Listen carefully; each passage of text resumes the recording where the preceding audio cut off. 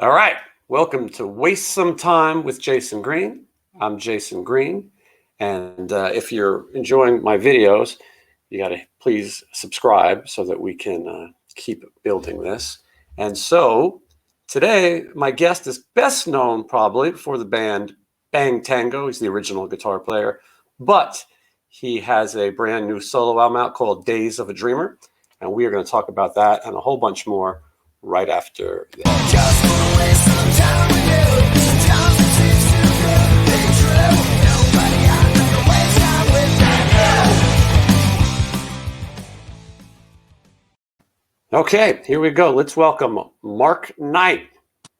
How's it going, Jason? Good, Mark. I'm glad you're here Thanks for having me. on an early Sunday morning. Yeah, right. With the clocks back ahead, Right. It's actually 11 o'clock right now. Yeah, which I don't know about your lifestyle, but for me, this is 6 a.m. There you go. I don't know. I get up early these days. I'm a lot older than I used to be. Yeah, well, it's Not too- it's funny. I was researching a little bit, and you've got grown children. I mean, who would have thought? Right. You Two know? girls. And Yeah. One's 22 and one's 19. It's crazy. And your kids are artists also. Scarlett is a singer, and she's got really cool music that people can check out on YouTube. And then your other daughter, I think she's a tattoo artist, right? Yep, that's right. You got it. Yeah. So it's you got to be a proud dad. Yeah, they're both very artistic, and they've found their niche, already, which is great. They went with the arts, and yeah, I'm really proud of both of them. What was their reaction to Bang Tango? I mean, it was pretty much over, obviously, when they were growing up, but did they look at the music videos and see dad and stuff like that? They didn't really give it the time of day, to be honest with you. I'd be like, I was in this band, you got to see it. And I'd show them the videos and they'd be like, yeah, great. You look goofy or whatever. They were never, they didn't really have a whole lot to say about it. They knew that it was something and it had some success, and, they'd see the videos on, YouTube or whatever. And some of their friends' parents would know of the band, and, but they weren't really too interested, because in their entire life, I didn't do any Bang Tango stuff. It was just this band I was in before they were born. So it wasn't very important to them. They probably relate more to your solo music, though, because your Scarlett, she's more of the singer-songwriter style. Yeah, she basically she saw me constantly writing and playing guitar and putting these songs together. And eventually she'd hang out with me a lot and just kick it. And eventually she started picking up the guitar, doing it on her own. And I didn't stage dad her or push her to play music or, Right. She just kind of took to it from being around it. And then, we were really close when she was little, and she come out, and eventually when she was 9 years old, we got her up on stage. I'd play these local pubs and do these acoustic sets, 3 hours of acoustic. And she'd open up the show at 9 years old up there. Wow. And, then she just evolved and, eventually started writing her own songs when she got into her later teens, and developed her own thing and joined a band and got a record deal. And now she's out in New York doing her own thing. She's solo artist now. And yeah, she's doing great. Yeah, well, very cool. Obviously, like I said, you're a proud dad. So we're going to talk about your solo music, and we're definitely going to talk about the new record, Days of a Dreamer. But first, we're going to get in the time machine for a minute and go back. Yeah. And when we were chatting yesterday, you were saying that most of the, your current interviews are about the new record, because obviously that's what you're promoting. And after watching this Bang Tango movie that's out there, I can understand why you don't want to talk about those guys. Right. It's an interesting career, and it's an interesting movie as well. And obviously the movie's a bunch of years old now, and so the ending has changed, which so we'll give the updated ending. The thing I found interesting about these movies is you have all these guys with the credit for bands that they're really not a member of. They're not really associated with. Yeah, that was really annoying to me when I watched that. I mean, I think Drew did a great job. He really captured a lot of stuff, but he went into these guys that like literally like no name guys I've never even heard of or seen that have nothing to do with the band. And they were kind of going on like they claimed the ownership of the band, almost like they were, original members and talking about our music. And I was just like, well, calling us Tango and saying things that weren't even like, we never went by Tango and Tango, and like people like describing us that literally I don't even know or even knew even played in the band, but they probably did, most of these guys, but I didn't follow the track record of musicians that played in Bang Tango post the original. Yeah, and it wasn't just the guys in Bang Tango, but then it would say like this guy from the Bullet Boys, and no disrespect to anyone who's making a living as a musician, but these aren't the guys. And so to me, you could have edited out half an hour worth of these jokers, and you had a pretty interesting story because I was into watching the history of the band, but then you get so distracted. So yeah. But anyway, let's go back to. Well, first I want to know, because I didn't see anything about this. Tell me where you grew up and what got you involved in playing guitar in the beginning. I grew up in the San Fernando Valley in LA, Los Angeles, born and raised in Los Angeles, in a town called Calabasas. I'm sure you heard that. And at a young age, I just loved music. And my sisters actually took lessons, and my mom and dad would like force them to practice. And I just picked up the guitar in this elective class in 7th grade at junior high school and just fell in love with guitar. And I didn't have to be told to practice. I just was obsessed with it and continued to, go from acoustic to electric to a rock guitarist. And that's kind of how it started. And who were your early influences? Like, who were the guys that you were into while you were playing? I was just a rocker kid. I loved, Jimmy Page and Zeppelin, all the classic rock type stuff. UFO, Michael Schenker was a big influence at a young age. Who else? Everyone, the Scorpions, Judas Priest, Iron Maiden, I was into kind of a more of a metal, heavy edged kind of sound. But then I loved stuff like Aerosmith was one of my favorites. And, I listened to more bluesy rock bands, but the Stones and stuff like that. But those were like my main early influences. Yeah. Those are definitely, you can't go wrong. You can't go wrong with any of those guys. Right. Okay, so at some point, Bang Tango you go to Hollywood, right? Yeah. Well, I started playing in bands in high school. I was playing like the Troubadour when I was 16 years old, opening up for and bands like Wasp and Steeler when Yngwie was in the band. And I was this little metal kid, and we had this band Crude Witch. It was kind of a Maiden knockoff, and we were just kids. We'd go out and play these shows, and we'd have to go to school the next day. We'd be, I was like 11th, 12th grade. And I started with that. And then that band kind of disbanded. And I put this band, Mickey and I, my dad's name, actually, I didn't name it that. The guys in the band did. We put this band together and we started doing pretty well. We were opening up for sold out shows for Poison and Rat. And we were playing this place called the Country Club in the Valley here. And that band was starting to kind of blow up a little bit. We were getting a lot of people out to our shows. We were kind of in that same realm of like Warrant. We'd open for Warrant and we play with those type of bands. And then from there, I did this band called City Slick for a little bit. And then from that band, me and Kyle were in City Slick together. That band disbanded and, we put together Bang Tango. Yeah, it's pretty wild. You talk about being that young and playing those clubs. That probably couldn't happen ever again. That was kind of a moment in time when people would turn their head and kids could come play at, a legendary club. Yeah, I mean, I don't know. It wasn't a big deal. I think it was all ages, some of those shows, or they turned the other way. I don't know. I think we probably did do some shows that were probably 21 and over. But I don't know. I don't remember there really being a problem with it because I think they put shows on that were like, maybe 18 and over or something. The promoter would put you on those type of shows.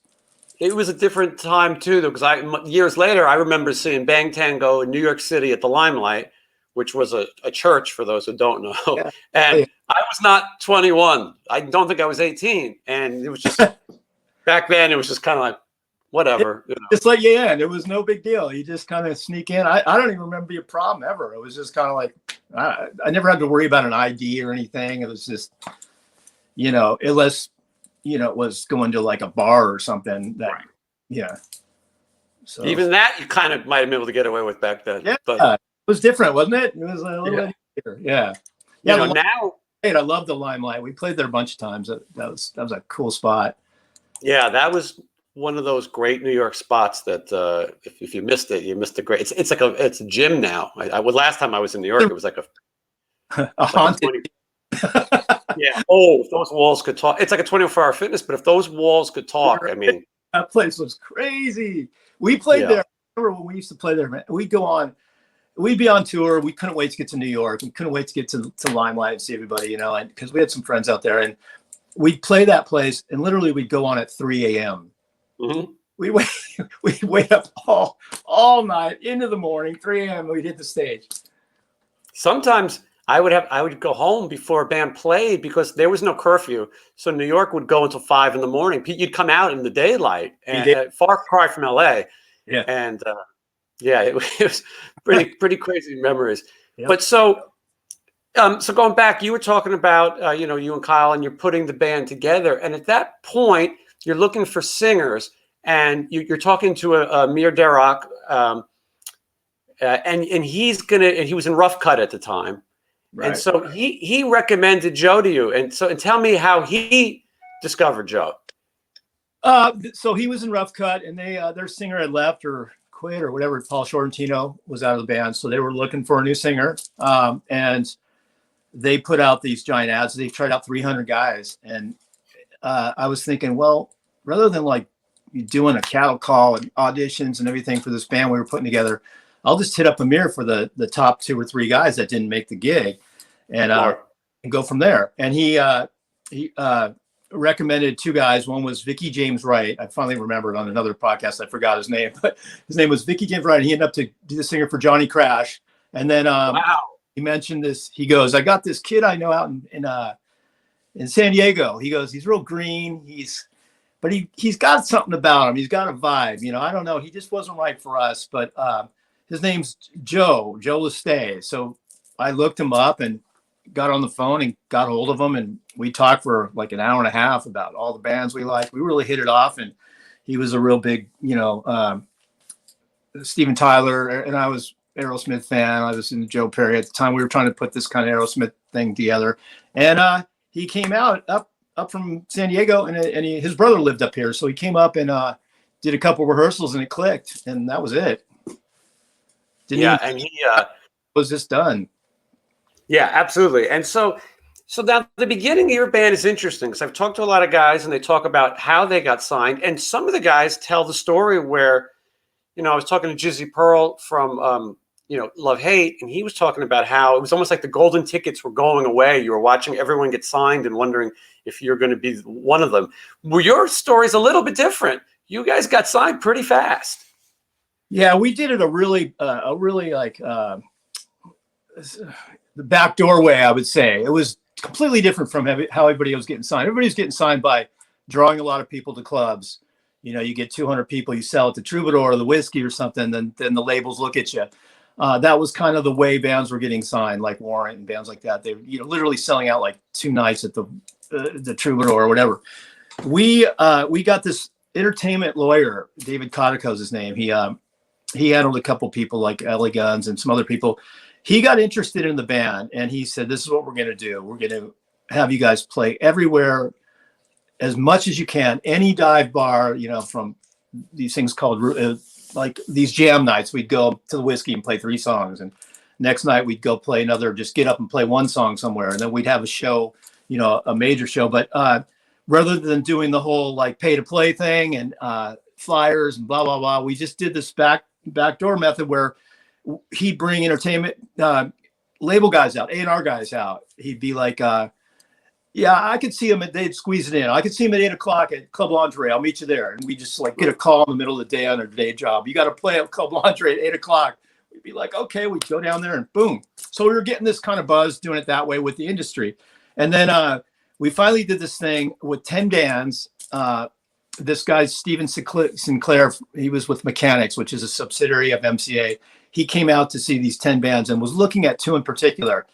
And we just blew him away. And he offered us a deal the next day. And it wasn't, it wasn't a big, huge, major, multi-million-dollar deal. It was something pretty low, but we just jumped at it because we figured we got an opportunity. Let's just go for it and make a record. And that's how it happened. It's a pretty amazing story, and definitely different than a lot of the ones that are told. And of course, now at that point, you're working for MCA. The song comes into mind. You know what I mean? At that point, so explain it to me a little bit. You guys made the decision, or someone made the decision, to put a live record out, an EP, before the Psycho Cafe record. Is that right? Yeah. That was kind of a marketing trick. I think not to copy anybody, but honestly, I think we were kind of taking the path that GNR did with their Live Like a Suicide record, that thing out there.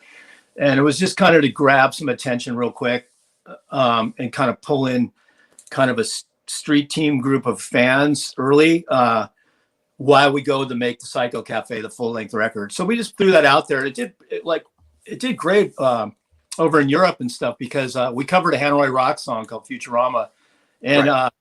It just picked up some steam right away. And we, I think we actually recorded some of those songs, made the Psycho Cafe record that we had done live.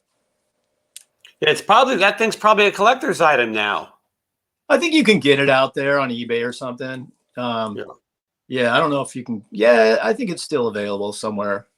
It's not quite the collector's item that our last record we did is. Yeah, well, we'll get to that last record, which, by the way, if you want to buy on Amazon right now, $906. There's one.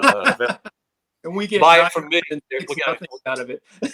Yeah, buy it from my link down below, and me and Mark will divide our cut. Maybe I'll make a cent off it. He'll sign it for you too. I'm speaking for you. Trust me. I'll make the money off the signing. Yeah, but so here it is. Here's Psycho Cafe, and this was a cool record, and definitely a little bit different. Of course, you were going to be lumped in with the other bands of the time, but the sound of this record is definitely a little bit different. A very bass-driven funk style in a lot of these songs as well. And it's just a different thing. Like I said, of course, you're going to get a little lumped in with what else is coming out at the time. But I think this record stands out. Cool. Thanks. Yeah, it was different. We had a different approach. We really thought it out. We didn't want to sound like all the bands out there at the time. And so many of them sounded so the same. Definitely influenced by heavy edge music and the sound that was kind of happening. But we took a different kind of funky approach to it and more of a groove oriented sound. Yeah. And so the single from the record, Someone Like You, this becomes a pretty big MTV song. This is, in this day, you have Dial MTV in these shows, and these kind of videos, you could be right up there with Guns N' Roses, Madonna. You're playing in prime time. It's not just Headbangers Ball. You can be right up there with, whatever the biggest thing in the world is, and have all these eyes on you. And it's a good video, and you guys have a lot. You have this dark personality. Joe looks great in the video, and it definitely did a lot for you. One of the funny things is, I worked with Kyle, your bass player, who's the only one with red hair on this record cover. He was trying to stand out, but he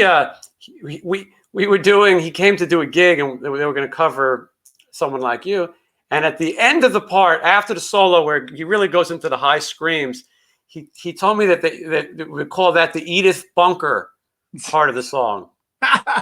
Did you ever hear that as well? Yeah, we used to say that about some of his vocals, because he'd go into that like absolutely unrecognizable voice that nobody can really do but him, And, yeah, we call it that because you get up in that register that was so crazy high and so bizarrely different, I can never listen to that song again without picturing, Edith Bunker, on the piano singing Someone Like You.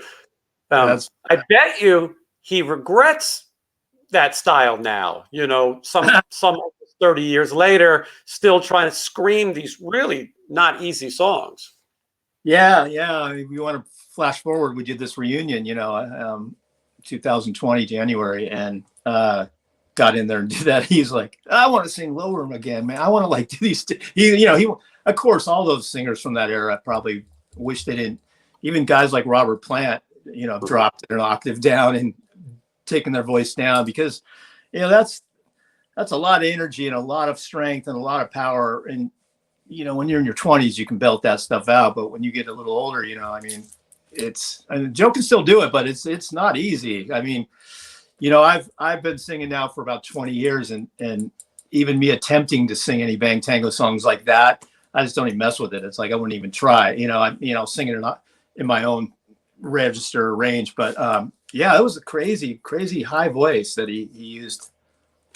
Yeah. Well, you have some cool acoustic stuff of you singing some of those Bang Tango songs, and your voice has definitely progressed over the years. And again, we'll get into that as we talk more about the solo stuff. But I'm going over this quick. A lot of people already know some of this Bang Tango history. And so you guys went out and played constantly on that first record. Who were you guys touring with a lot at that point? Our first tour was, we really went out like Someone Like You video just ignited. It was unbelievable. Like it just picked up on MTV. We were like most requested video. I think we were up there with Madonna and Skid Row. We competed with them every day. So we got really good opportunity to go out and play our own club tour originally. The first tour was like, we were packing every club across the country. We had some big time, openers too, that became big time. They weren't then, like Alice in Chains opened for us in San Jose, one of our first shows, and Mother Love Bone. And some of these bands that went on to be actually way bigger than us were opening for us. But after that, we got a tour with Bullet Boys, and we started doing theaters with them, which was a blast. That was one of our first ones, working Psycho Café. And then we went in and did, eventually we opened up for like Cheap Trick, Bad English, which was not a good match, but Weird. Yeah, but we were always hunting for like the arena tours, opening up for something like the Cult or even at the time like something where we could expose to like arena crowds, and we just never got that break working Psycho Cafe with as much success as we had. We were so frustrated because all these bands were getting, their labels were getting them on these major tours, opening for Van Halen, and we were just like, we were lucky to get the theater shows, which were great, but it was like we just wanted to jump up to the big leagues and open up for Skid Row or something, or Guns N' Roses or something bigger like that. It just never happened on that first push on Psycho Cafe. Yeah, you make a great point. When you have LA Guns opening for AC/DC and you eventually have Faster Pussycat opening for Motley Crue, this is pushing these bands so that their second records are getting really big, and they get to that ballad on their second album because they're getting to play sometimes 20,000 seat venues. So I'm going to move a little quick on some of these. So here's Dancing on Coals. Now your first record was produced by Howard Benson, who went on to have massive success, My Chemical Romance and Kelly Clarkson. His resume would take too long to go over. This record's produced by John Jansen, who he did the second Faster Pussycat record and other stuff at the time. But you guys, I think you felt like the sound on this record was not what you wanted, and maybe you rushed a little bit. You tell me. I wasn't rushed at all. Actually, we spent 2 years making it. I think what it might have been was a little bit too slick for our fan base coming off Psycho Cafe. It was a little bit more raw, edgier street kind of vibe. This one was just more polished, but that's what we wanted to do. I mean, we were out to like make this, big sounding kind of a Rolling Stones kind of instrumentation, string sections, background singers, horn sections. I mean, we kind of wanted to do that because we had the opportunity to with a pretty open budget with the label, because we had success on Psycho Cafe enough to let us do what we wanted. So I think we went overboard on that, and maybe the final mixes weren't raw enough or edgy enough, or the guitars weren't in your face enough, and those things. It was just a little bit too slicked out, I think. I love the record. I think it sounds amazing, but I think overall we probably would have preferred it a little bit more raw. Okay, yeah. And maybe, and especially maybe at that time, you know, it's looking back, it's different. And so this is 1991, Right. and 91. This is a tough time. You know what I mean? You're trying to follow up an album. Everyone's trying to crank something out, and you know, obviously, music is changing a little bit. Talk about some of the bands that you played with, and you were probably on your own a lot at this time too. But tell me a little bit about the touring on this album. So that got a little bit better. We finally got a break with the arena stuff, and we got an opportunity on Dance on Coals, I think it was, to go out with you know, this big package deal, which was Rat was opening or headlining. Rat was a headliner. It was LA Guns and us and this other band called Contraband, which was a bunch of kind of like Michael Schenker and a couple guys put this all-star kind of band together. So that was a really cool opportunity. We played like, you know, the Sun Dome at Florida. We were stoked. We finally got to play arenas. So we go out and you know, it was the summer. It was awesome. We were supposed to be 6 weeks closing the tour in LA at Irvine Meadows. And we did like 2 weeks out on that tour, and the attendances were like, you know, 5,000 people in a 15,000 seat arena. Not looking good. So 2 weeks out, they pulled the plug on that, and that was it. Wow, yeah, and that's a sign of those changing times. Changing. What's funny about Contraband is that all the bands on the bill except for yours were members of that Contraband, because Tracy Guns was an LA Guns and Contraband.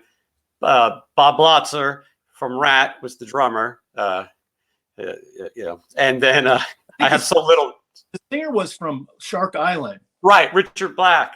Yeah, but he lasted like 2 shows and he like left, or he quit or something. That thing fell apart like the first week, I think, and then they just didn't do it. Well, and was Michael Schenker playing with Rat at that time? Yeah, and he was like my guitar god hero, so that was awesome too. I was just in a bubble playing his guitars, hanging out with him. It was like not even real.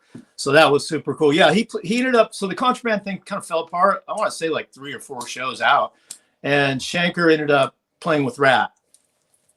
Yeah, because Robin Crosby was at the end of his. Yeah, messed up.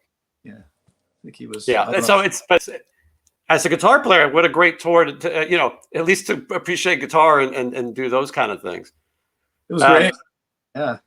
Yeah, and so okay, so now we're heading towards. I'm going to jump ahead. 1993. This is the $900 album. So you guys bring back Howard Benson. You're going to make another album, 1993. So tell me a little bit about the making of this album. Well, we decided, you know, we spoke to Howard, and we were out to make a big heavy edge rock record. You know, the whole grunge thing was kind of happening, and we felt like you know, our sound did lean towards that movement a lot. We felt like we could like hold weight and play with those bands, be part of that whole thing. It wasn't like we didn't feel like disconnected from the whole new movement, and we were like, oh, we hate grunge rock, it's ruined the 80s rock. We had no feeling like that at all. So we got Howard back, and we wrote a bunch of songs, and went in and did this heavy edged, super heavy record, Love After Death. You know, there's some mellow stuff on it too, but it's just you know, we were going for a heavy edge sound, and that's kind of how it went together. I think that thing took like 2 years to make too. And so you guys are fortunate that MCA is keeping you at this point, because a lot of bands are starting to get dropped, and you guys are MCA is going to give you the money to make this record, and gave you time to make this record. And tell me what happens. Well, like I said, we spent 2 years making it. Yeah, we were like, they're pretty cool. They were like flying us up to San Francisco and great studios, and we had a pretty much open budget to do what we wanted. And we just made this killer record, I thought. And, you know, I felt like the band was firing on all cylinders, like the best it's ever been. We were playing so good. We were like in our prime. We were strong and healthy, ready to go out and play, just kill the world. That's how I felt anyways. And we finally finished, and our manager at the time went in to talk to promotion and release for the record at MCA. He had a meeting, and they said we're letting the band go. You can take the record and shop it somewhere else, but we're basically just shelving the record, and we're not going to release it. So we were basically dropped. I mean, that's a way to put it. With an album. Yeah, we were just devastated. It was, but we had hope. Oh yeah, we're going to get, EMI, or somebody's going to pick us up. There was all these like immediate emergency, like frantic plans to pick this record up fast and get it out there. And that lasted like literally 2 years of trying to shop another label. And we couldn't get anybody to really bite that was, major. And Music for Nations in Europe finally picked it up and put it out over there. And by that time, it was 2 years after we had finished it. And steam was kind of, we were losing steam, to say the least. Yeah. Was this record cover that we're looking at, that we just looked at, was that your design? Is that the original cover? That record cover, I have no idea who did that or who came up with that. They just said, here's the record cover. And we're like, Music for Nation, somebody in their art department did it or something. None of us had any idea about it. Just the record's coming out, here it is. And we just, we saw that, and that was just it. And at that point, we're just like, okay, just put it out. We're not going to fight your art department or try to change it. And then in Japan, they released it, and somebody in Japan came up with another cover. I don't know if you've ever seen that one, and it's really bizarre. I have it somewhere here where I'd have to dig it up, but it's like, yeah, there's a Japanese version of it that's completely different that somebody came up with. Well, I wonder how much that one's. This is the 900. So yeah, I'll dig it up. That's like 1,000 if we're lucky. Yeah. We're discovering the Bang Tango collector's items. One of the things that I found funny in that movie, well, there's a lot of things that are funny, but not meant to be, but is talking about Randy Jackson working at the label. And it's almost one of the guys almost insinuates that Randy Jackson might have been the problem, which is. Honestly, I don't remember that. Kyle Stevens brought that up. And I think I even talked to Joe about that one day. And I'm like, I don't remember that happening, but it probably, people see things in different ways, and maybe I'm sure it did happen, but I literally do not remember Randy Jackson like shelving our, but he probably did. Kyle's probably dead on. I just don't remember it. I just remembered it was some A&R guy there, maybe it was new, and they just didn't want to put it out, Yeah, you didn't realize he was the one. They were going to recoup. I mean, they spent literally like $2 million to make that record. And I think the amount of money they'd have to put in to promote it and try to get their money back, I think they just cut their losses and just let us go. I mean, I don't know for sure, but I think that's kind of what was going on. Now, can I ask you, why have you never put out an American version of that record? I mean, after that, the band just went sideways. The band split up basically after that European tour off of this record, and we went out for 2 weeks. Kyle Stevens, the original guitar player from the original lineup, he had left the band a year earlier, so he was out of the picture. Right. And then we came back from this European tour, and the band just disbanded. And I just don't think there was so much tangled business and people involved with Bang Tango. It was like this giant group of people that had their hands on us, and the rights to these, and it's just this weird lost entity of who owns what. We still don't know. It's a big giant mystery. So I don't think anybody really had the rights to go out and put it out, because I think MCA still owned it. So that's probably the reason why it never was released in the States. Yeah, it's definitely an odd situation. Here's my idea: you guys make some copies of this thing. It's the 30th anniversary, 28th anniversary. Math's not my strong point. You print this thing up, you take it out on the road with the reunited Bang Tango, which, by the way, there it is right there, the reunited Bang Tango. You guys look good. You added some big hats, but other than that, everybody looks they're ready to rock. And anyway, and then you sell that record. You sign them and you number them, and no one at MCA cares anymore. Randy Jackson's not going to come after you. He's got way bigger problems. I mean, of course we've thought of that plan. Obviously that's pretty pretty good cash grab, of course. You know, we made a record and never really profited off of it. But, you know, I don't know. I don't know why we haven't done that. I mean, we're just like, yeah, I don't know. The band's just a mystery to me, some of it. And the business end of it is so crazy and so wacky. You know, so many people have tried to get their hands on us too with some of our music and try to sell it and do what you said.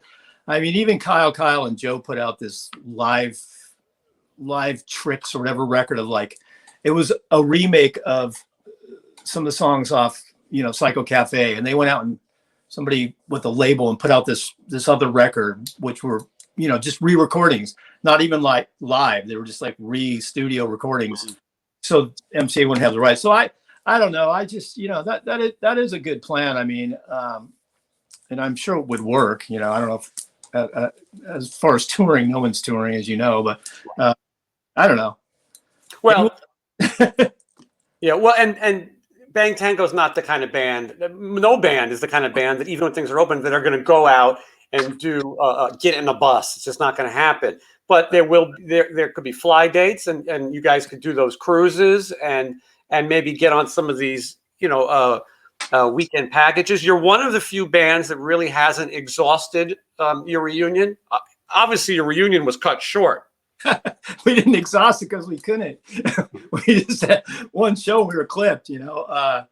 So yeah, it's still plenty fresh. And you know, we plan to do some stuff here once this the pandemic eases up or whatever, and we can all go out and play. But yeah, it was just cut short. We did one show. I mean, not like we were about to saturate the market with a million Bang Tango shows. I mean, our plan is basically to do what you said. You know, do some choice fly-ins and play on some, you know, hopeful festivals and, you know, stuff like that.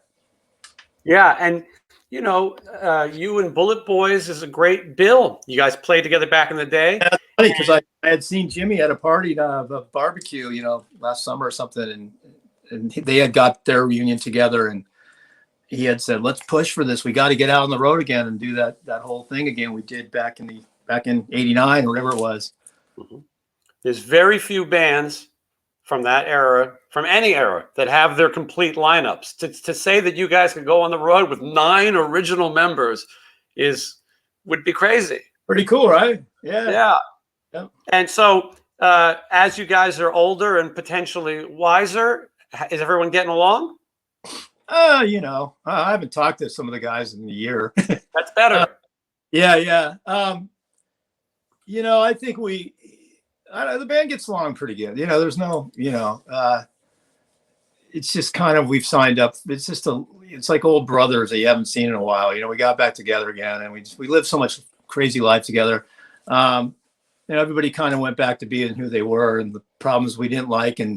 But everybody's cool. You know, everybody's grown up. Everybody's kind of, you know, looking at it like, you know, they all got their own lives and businesses, and, you know, I got my own solo career, and, you know, I mean, but I'll put on the Bang Tango hat and be the guy I got to be. And I think everybody kind of does the role for the band and wants to do it because we thought we made some great music, and it was cool. It was like a honeymoon in the beginning when we all got together. It was so woo, we were so all buzzing, and we all this, you know, we had like the text group where we talked to each other like every morning at 8 a.m. I'd be getting texts from them. We were all just like thrilled. Yeah, we're back, you know.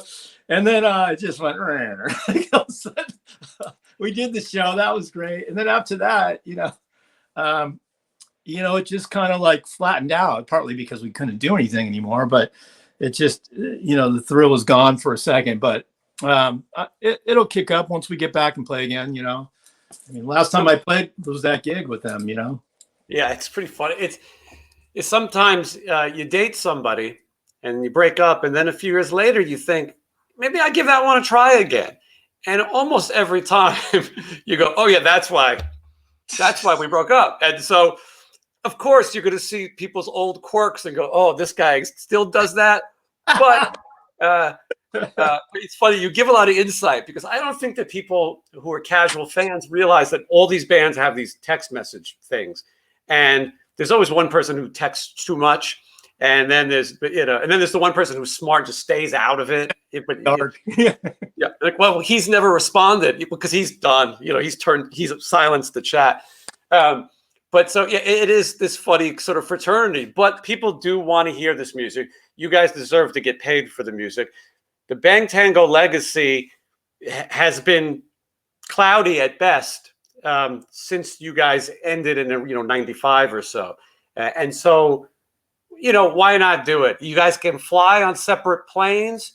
You don't have to hang out with each other. Not that bad. We don't have to planes. But honestly, I've got kind of thrown the kind of the business manager of the band on this thing, handling basically most everything, except some of the art on it. But I ended up taking over all the the contact with the booker and the booking hotels, the whole thing. I like kind of fell in my lap.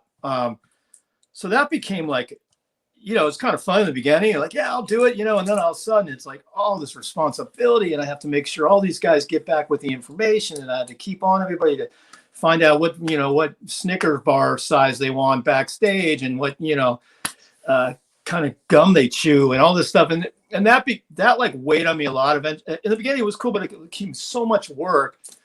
I'm like, I just want to play guitar, and just be the guitar player in the band. I don't want to deal with all this anymore. And then, I'd get heat from all the guys are pretty great, but a couple of them would be like, give me a little bit of static on stuff. And I'm like, hey man, you want to do this job? You want to take this over? And that started to kind of bother me a little bit. And those, like you said, those old habits in some characters, and some of the character and some of the guys kind of popped up a little bit, and I'm just like, oh, here we go again, but that's passed because I haven't spoke to some of them in a year now, so I can go in with another approach.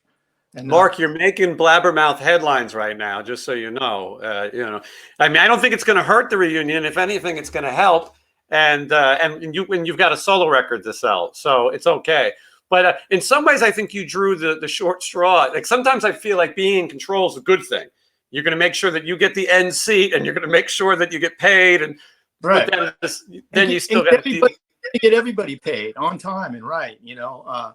And that nothing against any of the guys in the band, but some of the people that managed the band and did stuff with the band throughout the years, we wouldn't get properly paid. And when I can collect the money, I'll make sure everybody gets paid. There's no, I'm not going to screw anybody. But I think the band got screwed a lot by a lot of people throughout our career. And that did put a bad taste in our mouths. But we always loved to play and be in this band. So we overlooked some of the business end of it and how we did get burned a lot. We'd go snicker in the corner to each other about it, but, nobody would really take the reins and try to pull it in and figure out where the money was leaking out. And for people who are watching, almost every band has these similar stories. This is not like, oh, Bang Tango was having trouble. No, everybody did, and everyone had too many cooks in their kitchen, and maybe they didn't know as well. And so there is a good thing about this new technique of touring and controlling and owning your own band, which is how much money you're bringing in, and what you're spending, and there's no one's in your pocket. But so let's now I'm going to ask you the $1 million question. Well, first of all, you've made several records under the name Mark Knight and the Unsung Heroes, and these are all available. And I'm going to put links below. So after you buy the $900 Bang Tango record, you got to help Mark out. Get the Days of a Dreamer, Mark Knight, the Unsung Heroes new record. Yes, you could at least. Yeah, the very least you could do is buy Days of a Dreamer. But so the $1 million question. Well, before I'm gonna tease to that question. So I listened to the record. I listened to it last night, and I'm gonna tell you, Mark, I expected to not like it. I expected that this is going to be singer-songwriter style, which I'm not saying I'm against, but I think I for some reason I got the vibe it's going to be you and an acoustic guitar. And there's going to be these songs and, this Americana kind of rock and roll. Okay. And I was like, I don't know what I'm going to do when we talk about the record. I'm going to have to just ask questions and not comment so much. Right. But I listened to the record, and this is a great record, and I mean that. Every song has a hook. You know, you can sing these songs. You know, they'll pass the gray whistle test. You'll sing these. One song ends, you can sing that song, and I think that's the best compliment you can give to someone on their songwriting. These songs will stay with you. You feel like you know them. Music is so weird right now. I don't think people are, unfortunately, buying enough or listening to enough new music. And so here's a record, and it's not a short record. This is almost an hour-long record of music. It doesn't get boring, and so it's good. And if you like good rock and roll, you know, this is not a Bang Tango record. You're not trying to be Bang Tango. Right. If you like good American rock and roll, I think people will like this record. And so the $1 million question is, you got a great record in 2021. How do you sell this thing? So as you know, I can't tour on it, right? So the way I'm selling it is basically by doing stuff like this, talking to people, doing a lot of podcasts, doing a lot of you know, tapping on my phone and reaching out to people, getting it reviewed, just I have like a real kind of core fan base that have followed me for a while. Get them to spread the word, tell other people.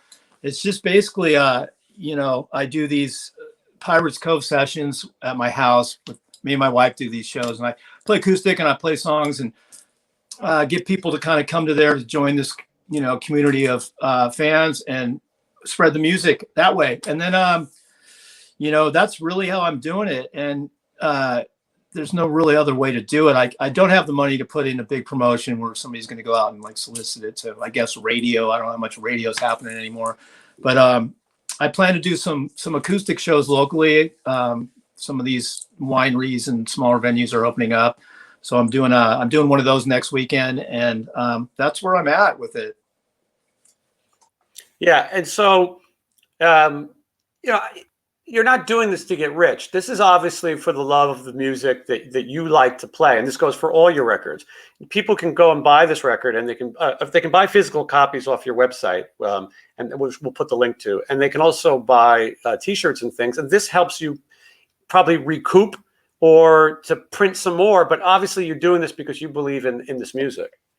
I just love making music. You know, I mean, obviously, I want to you know, move people with my music and write good songs and tell my stories and be able to have the control of pretty much all of it, and you know, make these songs. And it's my passion, but it is a lot of work. It's not like you know, I do plan to get success somewhat from it. I'm not like you know, I would lie to you if I wasn't saying I would want to make some money from it. Because, you know, as much as I could get off of it would be great wherever it goes. You know, I kind of hope the music just takes the lead and makes it happen for me. And yeah, I've beyond recouped already. I mean, my first batch of CDs are almost sold out, so I make that money back right away that I put into it. I'd probably double or triple it already. So it's, you know, you make a little money, and then, you know, like you said, have money to do another order, and you know, just kind of build it grassroots kind of, and wherever it goes, you know. I mean, of course I want success from it, and I want people to listen to it, and more people. So yeah, that's where I am with it. Yeah, and I should make the point that I'm not saying he's not doing it to make money. I'm saying that the idea wasn't, I'm going to make this record and I'm going to have a hit, and you know, I'm going to be on MCA. The idea was, I'm going to make the best music I can. And what happens, obviously, we make music because you want people to hear it and you want it to be successful. These songs are the kind of songs that can be successful. They are radio friendly, if you know, and they could be placed in movies and things. These are songs that have some life to them, and that, you know, I know you recorded a lot of this record. A lot of the vocals, at least, you recorded right there at home. This does not sound like a record that people phoned in parts and was recorded at home. It has a great sound. So we talk a little bit about making this record. Yeah. So Adam Hamilton, he has this great little studio in the neighborhood. I don't know if you know him. He played in LA Guns. Yeah. Great engineer.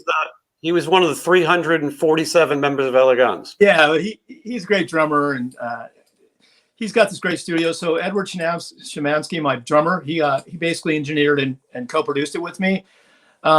We recorded the drums at Adam's studio because it's great. Drums are the hardest thing to get, and we got them over there. Took all the tracks back, did them all at my house here, right here where I'm talking to you. Fired up the amps in the garage, ran mics out there, cranked them up, brought them into the control room, and then built a vocal booth in here to get isolated vocals. And did all the vocals here. Some of the bass parts were flown in from, like Reeve Downs from Rhino Bucket played on it, and he's in Austria, so he sent us files, and Kyle's out in Vegas. He played on a couple songs, and other than that, we all did it.